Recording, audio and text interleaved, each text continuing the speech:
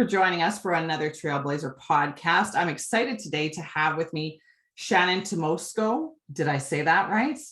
Very close to Moscow, yeah. Very Moscow, close. awesome. And you are a second-year apprentice electrician with IBEW. Thank you so much for joining me. I want to get started in the podcast right away, start asking you the questions.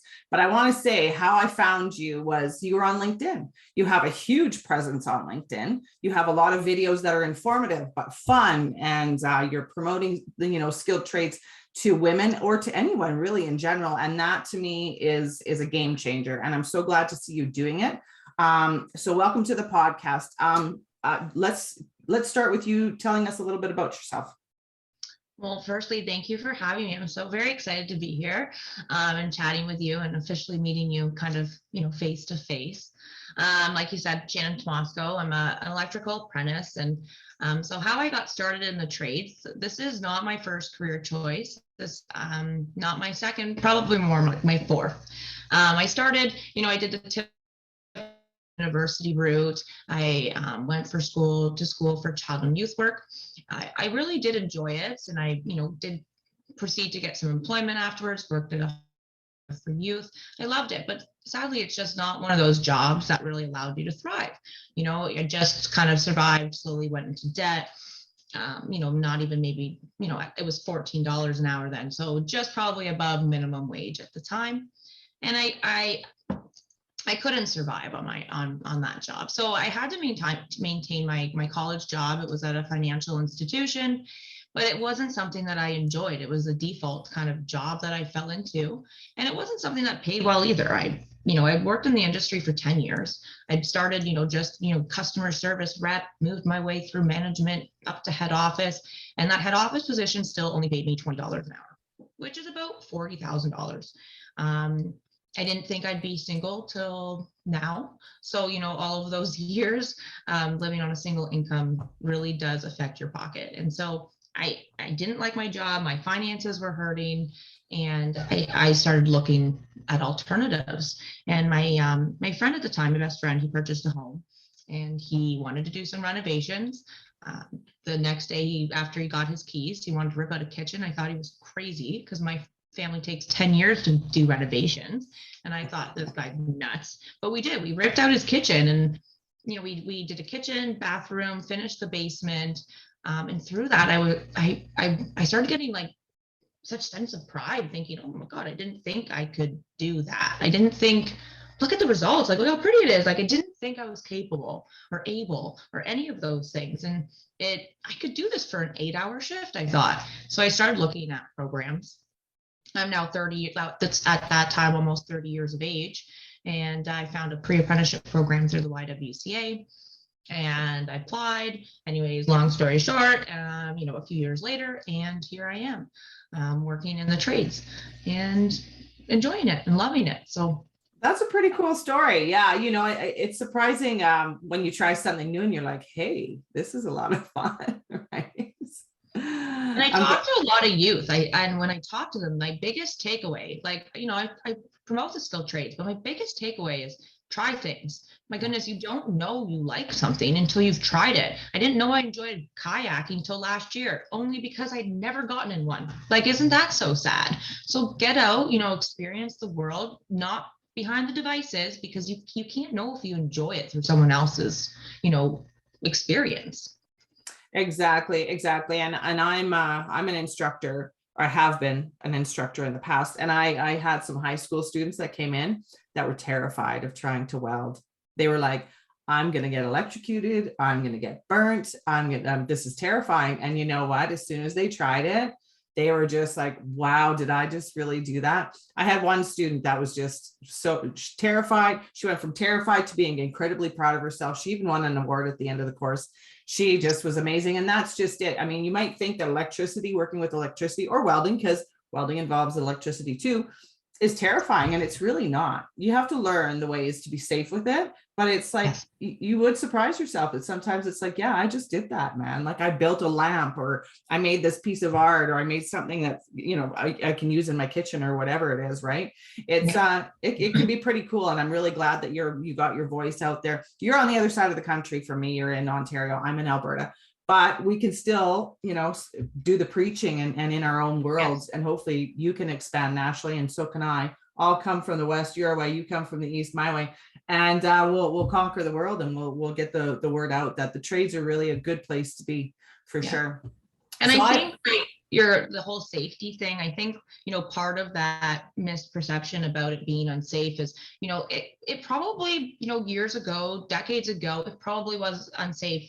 We still see people missing digits. It was more common back in the day because they didn't have all the safety procedures they have in, 2020. You have your PPE, and the only, things that are keeping you unsafe is when you don't wear the PPE, and when you put yourself in unsafe situations, because there's so many laws and restrictions to make sure you go home safe, and people just don't realize that. Yeah, exactly. And I mean, there's things that people don't realize, like your hearing can take several years for hearing loss. So, I always wear earplugs, right? And I remember some of the older people that I was working with called me a wimp for wearing hearing protection. But you know what? I want to be able to listen to music and hear the birds chirp and hear my son or my grandchildren talk, when I'm 70 or whatever, right? I mean, I'm 50 now, believe it or not. I can't believe that sometimes, but you know what? It's like, I can still hear, and I'm grateful. I do think I have a little bit of hearing loss, but that might be just loud music in the living room. I'm from the car. I'm in the car listening to loud music all the time. And I'm grateful construction provides that PPE, where like, as you were talking, I thought about like teachers. Oh my God, teachers are spending, like kindergarten teachers, they don't, could you imagine you came in with a teacher with earplugs in? It would never happen. But those little screaming voices, some of them, we never, so is the construction world, set up for a safer work environment sometimes? Maybe, Well, I think with they've learned a lot of lessons. The people that used to, cut the finger off or, have an injury, they learn those lessons, and job sites are more and more safe all the time. Right. Absolutely. And it's a good thing. And just wear your PPE always.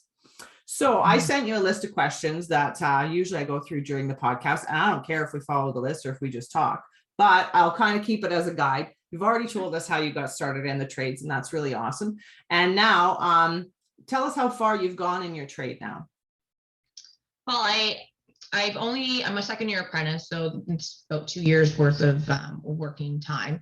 So I've completed my first basic level of trade school, and I put in the 2 years of working. I was very fortunate. Union work, sometimes it's not so consistent, but I was very fortunate that my first site was one site, and it lasted for so long. So it was at a hotel, and hotel was really nice because it gave me a bit, not say residential, because it's not quite residential, but we've been in hotels, bedrooms, bathrooms, right? So, it gave me that kind of basic residential experience, but then the rest of the hotel opened me up to so much more, commercially like stuff. There's 3 kitchens and a spa, and I was working in the main like switch room for the majority of the second half of my time there. So it exposed me to so much different things. Okay. But, no, I was just going to say, how many hours is it for an electrician in Ontario, and have you done your first and second year levels of schooling?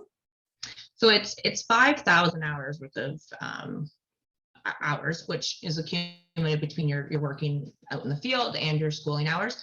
I've done the pre-apprenticeship that I did. It was very unique, and so I just like that they call it pre-apprenticeship, because that word is used for too many things. It's too vague. And so the pre-apprenticeship that I did through the IBEW is actually so much more than that. It was my basic level 1 equivalent. And I say equivalent, and people are like, oh, you didn't do the same thing. I went to Mohawk College. I did the exact same courses that you did. I had the same teachers they did. The only difference is they took it from 10 weeks and did it 14 weeks, because they said these, try to get women into the trade. These women didn't have any, including myself, industry experience. So we want to just give them a little bit more time to absorb that material. And so that was my basic level 1. So I did it a little bit different. Most people work and then go to school. So I did the schooling portion first, and then I've worked for 2 years worth of work, and now waiting to go back for my second level or intermediate level of trade school. You know, I have to say, I didn't know that already. And that's exactly what I did. It didn't do a pre-apprenticeship that was 14 weeks, but I didn't, I mean, I was hired on by my dad and I was just helping him out when I could. And I was working full time in a restaurant that I really didn't like. And I was wearing dresses, which very rarely has anybody ever seen me in a dress. But yeah, I did my schooling first. I did my schooling first and I knew nothing. I'd never lit a torch before. I was like, oh my God, what am I doing? And then I worked like about a year and a half or 2 years. And then I did my second year. So that's really funny. We have that in common. That's cool. And I mean, you know, you learn right away. What my instructor said to me was, well, I'm glad that you know, went that way. He said, because now we don't have any bad habits that we need to break. I was like, okay, all right, we're okay. Yes, thank you. Absolutely. And some of my journeymen, you know, because I was so green, I never worked with tools. They'd sometimes stop and look at me and be like, you should know that, right? Because I already had the knowledge behind it, but I didn't have any of the hands-on portion. And so they just be like, okay, you should know that. See, you picked up a few things helping your friend renovate, hey? Exactly. Okay, so what is your favorite aspect of your trade of choice? It's really sad and that I didn't pick electrical because I loved it, because I didn't know anything about it. And so it's another thing I say to youth everywhere, you know, there's no exciting reason why I picked electrical other than it was the default in front of me, and that's all I knew. And so, you know, what I want people everywhere to know is there is like 100 and plus, you know, skilled trades across Canada, you know, and a lot of them do have electrical base, and, you know, things like elevator maintenance, still has a very big electrical focus. And that might have been something I might have considered. But because I knew nothing, and this was all that was presented to me, it's the route I've taken. So since then, though, what do I love about electrical? I really found electrical, you know, I like it's like magic. Not to say it's like magic, but you can't see electrons flow. Like obviously once in a while you see a spark, but you can't see electrons flow. And so it for me, I never get spiritual, but for me, it's actually been a little bit connecting spiritually, because, you know, to me, it's energy. And what are we but energy? And so that's been the kind of nicest thing that I have found about electricity, is it's validating for me. Oh, that's sweet. I wasn't expecting that. Yeah, that's a good way of looking at it. It is energy. I like that. I really like that. That we could talk about that for a long time. I'm just going to leave that there because I think that's we're made up of electrons. That's right. Like, we're proteins, like we're a little nucleus. So, you know, it flows through us. And so what does that say? That, you know, we're energy, and yeah, so that's what it's given me. And you really give off good energy. You do on LinkedIn and the other platforms that I'm going to creep you on and follow you. But you give off good energy too. If we're going to talk about it in that way, the videos you put out, I do want to mention your music video. I mean, it's not like you're singing in a band. Sorry. You and a bunch of tradeswomen put together a video that is so awesome, but you give off good energy. I don't want to get off topic. You give off good energy. And something else I wanted to comment on that you just said is just because you picked electrical doesn't mean you're stuck with it. Being in the trades opens a gazillion doors. And my journey is a perfect example of that. Did I ever think I'd be a welding instructor? No. And being in the electrical trade, like you just said, there's a lot of other trades that have electrical in it. So you still could, I mean, you're at the very beginning of your journey, which is really, really exciting. You could still halfway through decide, I'm going to go be an elevator tech, or I'm going to be, I mean, you could come to welding if you want, because it's pretty cool. But I did a little welding. I liked welding. It's very fun. I did enjoy it. Yes, it is. It's the trade that I always say is both hot and cool. Right. But it opens a lot of doors, and there's nothing saying also that you can be multi-ticketed. My father and my grandfather, my father and my uncle, sorry, are dual ticket. They're both pipe fitters, steam fitters, as well as being deep pressure welders in Alberta. So, you know, you're at the beginning of your journey, and finish it out, because electricity is like so cool. And it's, you know, you can work industrial, you can work commercial, you can work residential. There's a lot of options for you, right? Yeah. So And tons of it's specialty fields. You can go down, the energy route. You can do electronics. Like there's just tons, and that's what I say to people everywhere. Don't, think just there's one option. right. Well, and there's master electricians. I know a few master electricians, and I mean, I don't know what it takes to become that, but it's a big deal. It's a big deal. You have to get journeyman certified or journey person certified before you go down that road. But I mean, there's a lot of options once you start the trades. And I think that a lot of people don't know that, and we need to promote that a lot more. So I'll be following you. Yeah. And I think a lot of people follow you for just to see where you go. Right. I mean, because you're at the beginning, and it's very exciting. Anyways, so what obstacles have you overcome along the way? I think a little bit of, there has been a few women obstacles, and that was in the hiring process. Originally, to keep my story a little bit short, I did a pre-apprenticeship for machining first, that, and I was trying to find a machinist job for about 6 months before I came back to the electrical thing. And I had to change my name on my resume from Shannon to Shan, remove, and my child and youth work screams woman. So I removed everything that might identify me as a woman in hopes to increase my chances. And people, think, oh, well, you're just assuming that. And the reason I say this was at the time when I started applying, I was applying with another woman. We had just finished the same program, just finished the same co-op. Our resumes were essentially the same, minus the fact that her name was Danny. Right. And she had received phone calls from people who, had called, asked to speak to Danny. She says, speaking, and they say, oh, and then made an excuse to get off the phone, said they'll call her back, never did, and sent her an email, but the posting remained online. So, and I realized for machining, it's a little bit different. I machines, you're working with small shops, you're working with, maybe a team of 4 or 5 people. They probably don't even have a woman's bathroom. And so my resume is a $10,000 bill, just to provide me the proper up-to-date to standard, work environment. So I do understand there's some limitations depending on the trade. But I did struggle a little bit, being hired into the trades. That was one of my little obstacles. Yeah. And it's an issue across the board, right? With me, I've been in the trades just over 25 years now. I used to always use the secretary's bathroom, right? Oh, yeah. Right. Or if there was a handicap bathroom, because handicap bathrooms tend to be bigger because sometimes you have bulky gear on, right? And that's better. Of course, I had to make sure I was clean, and I wasn't always clean because, the secretaries would come in clean and they didn't want to get dirty just because I had been in there. But yeah, there's ways around that. And things are changing. Things are really changing a lot for the bathroom aspect and other things like that, right? I used to, long time ago, 20 years ago, I used to share a locker room with guys.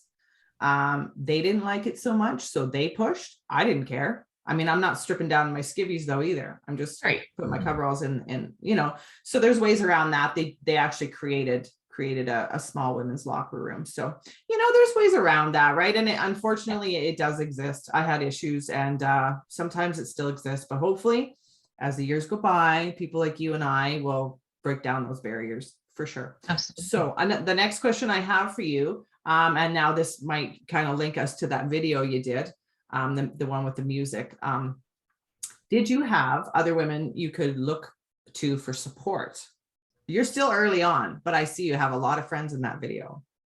I do have a lot of comparable apprentices, I'd say, because I think, there's fewer women, that are older, because, there's fewer trailblazers that were, like yourself, that, made it possible for me. And so the kind of support that I have is a lot of people who are experiencing the same things that I am. I'm blessed to have women like yourself, who I can reach out to. Last week, it was really kind, to ask someone who might have better advice. And I really appreciate it. And in that video, there's a couple, few people in there, and I can't take credit for that. That was definitely made by Miss Darcy. She's the curly haired curly haired girl. And, Andy now, I'm so impressed by her. She's pregnant, still working, still doing her electrical thing, and she's working away. And Elizabeth Moses, I'm sure you've probably seen her. We've really connected, and we've had some good chats where we've really been able to support each other. But these are all women that are, kind of just finishing up their apprenticeship process or going along it too. So it's nice to have that kind of circle, but wish we had more, Absolutely. Yeah. There weren't really very many 25 years ago when I was in, and that's another reason why I put myself out there to anyone like you or anyone that's thinking about joining the trades and has questions. Feel free. Like I'll be there for you forever. If you ever have any questions or you just want to vent, I'm here, scream and yell and cry. And, I'm too far away to like take you for a beer, but I'm a phone call away. Anytime. We can do the wine and chat over the. Today is virtual water, but yeah, yes, we could do beer, virtual beer too. But there's more and more out there all the time, and it's really great to have other people to look up to and to lean on and stuff like that. So yes, feel free anytime to reach out to me. There was something else I was going to say too. I can't remember. Anyways, so the next question on the list is, what does a day in your life look like? So let's do a workday scenario.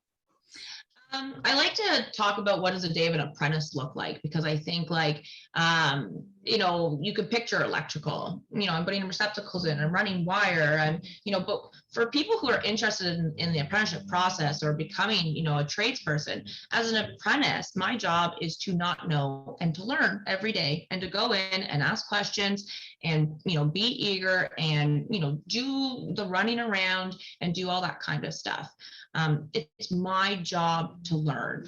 That's the apprentice's job. And so that's where, the journeyman, we have great teachers, and, we look for wise people on site who's able to, willing to give us their knowledge. But my day, you can running pipe, we do a lot of pipe running at the hotel. We also, do a lot of testing too. That's the best part, I should say. The best part is when you get to turn it all on and, you're figuring out which lights aren't working and trying to figure out in such a large building why that might be. So, that troubleshooting is also fun as well. No, that does sound like fun. I'm a bit of a problem solver myself. I love that. That's the interesting stuff, right?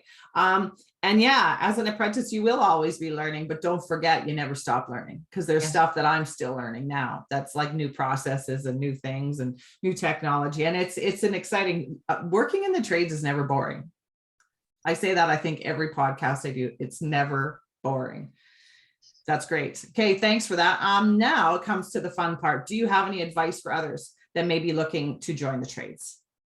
I have lots of advice. I feel like, it's just like what comes to the top of my head first. And, one of my first things for anybody wanting to get into the skilled trades is, be persistent. I think it's the hardest part, looking at look at the job boards, they're all looking for third, fourth, fifth apprentices, because nobody wants to teach somebody what a coupling is. Nobody wants to teach them the basics. That takes time, takes investment. And so that's really hard. And so, you need to be persistent, maybe go back to old school, dropping off your resume.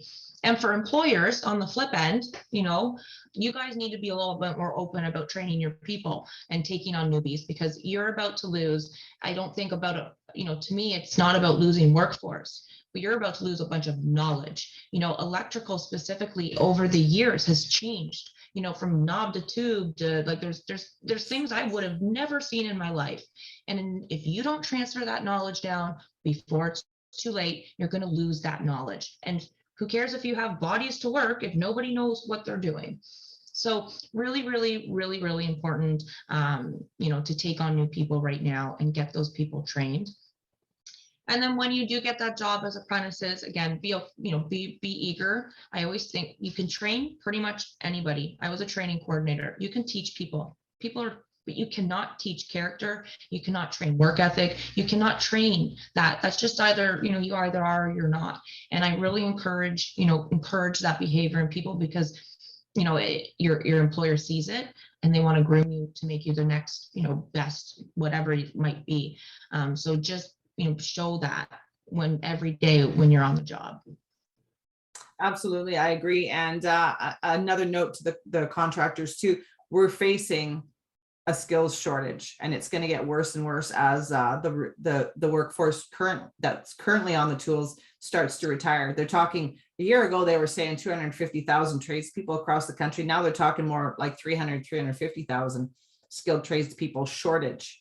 So yes, take in the first and second years. Yes, invest in the time and put them with the older generation. I always tell apprentices, be a sponge and try to work with those older people, right? Because they know things, they have experience on sites, like you said, what is it, the tube stuff, right? I don't know that stuff about electrical, but there's like some old school stuff that you won't find in a book, but they'll teach you. If you're lucky, they'll teach you. So absorb, be a sponge. And that's the thing, like at the end of the day, the work site over your apprenticeship is your school book, is your workbooks, those journeymen are your textbooks. So absorb their knowledge. And there's, let me tell you, they all have their different techniques. Every single person wants to share what how they do it. They love it. Why aren't you doing it their way? And I encourage you to take it in. Even if you think you're never going to use this is not something that you want to do, take it in, because the biggest thing about the skilled trades is you're always troubleshooting. And one day you're going to need that person's technique that you thought was so silly to do that one thing, and so you preference is okay, but absorb that technique. It's only going to make you better. It's going to put something in your tool belt so that, you're more equipped for the future for those troubleshooting times, right? Yeah, absolutely. I can't agree with you more. I mean, that's so true. So true. Yeah, absorb it for sure. Okay, so the final remarks are yours. If there's anything else you'd like to share or say or make a statement or, put it out there, a challenge or anything like that, it's all yours. Oh my goodness.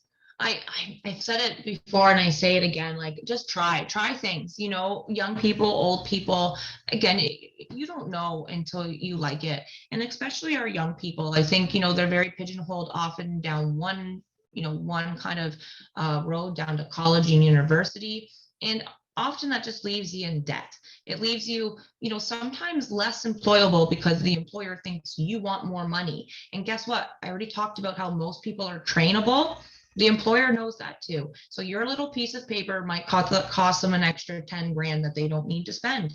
So in Canada, the piece of paper isn't as valuable when everybody has it. Back in the day, not everybody got their high school diploma. It meant something. Now everybody has high school diploma, and pretty much 95% of people, I feel like, have some sort of piece of paper from some sort of training, something. It's just, it makes it a little bit less of value. So, consider the apprenticeship process. This is teaching you hands-on skills. The government, let me just tell you right now, I don't know what it is like in Alberta, but, they're very much throwing money, at you to get you involved in the process.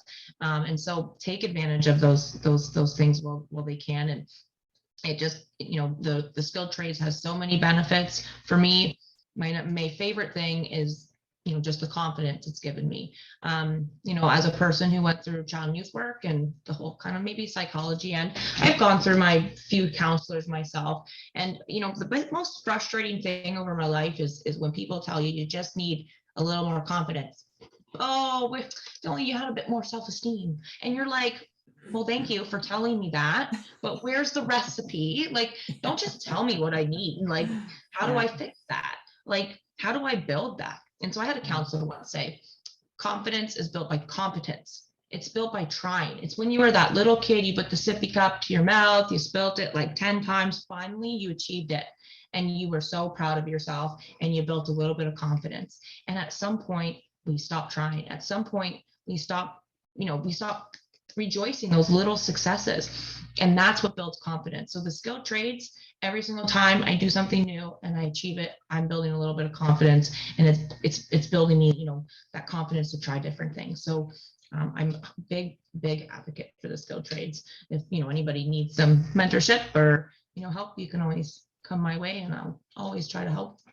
Wonderful. What great advice. Yes, confidence is a funny thing, right? And when you enjoy what you do, you just glow and you don't even know you're glowing. Like people are like, wow, there's some confidence walking down the street there. And it's like, yeah, because I know my stuff. I know what I'm doing and I know I can do it well because I learned it.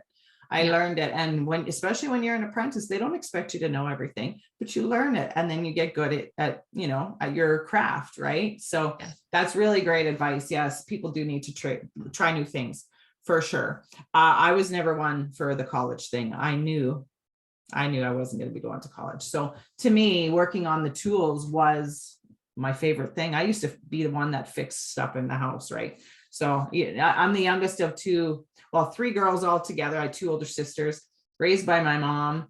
My mom was a single mom. I don't mention a lot that I was 17 when my mom and dad got back together. So I didn't grow up with the trades being in my same house. So I was the fix-it girl. So yeah, being on the tools is a fun thing. It builds up confidence and hey, it's not all dirty work either. I mean, you do get a little dirty sometimes, but it depends on what you're doing. And I like to compare dirtiness to like, in your job. When I'm talking to youth, I talk about a nurse's job. That's really your definition of dirty because we all know they're bathing people, wiping bums, that is a different dirty. So it is perception, and you get to go home and shower. So, Exactly. Yeah. No, the trades is a really fun place to be. Thank you so much for doing the podcast with me. I'm going to stop recording now, but don't go away because I give gifts to everyone that does a podcast with me. So we'll talk about that after. Anyways, thank you so much for sharing your story. It's wonderful. And I'd really like I want you to keep in the back of your mind that I'd like to follow your journey. So maybe in a year or whenever you're ready, let's do another podcast and see how far you've come. And we'll just see where you are. Okay. I love that. Thank you so much. I really would love that. And thank you for having me.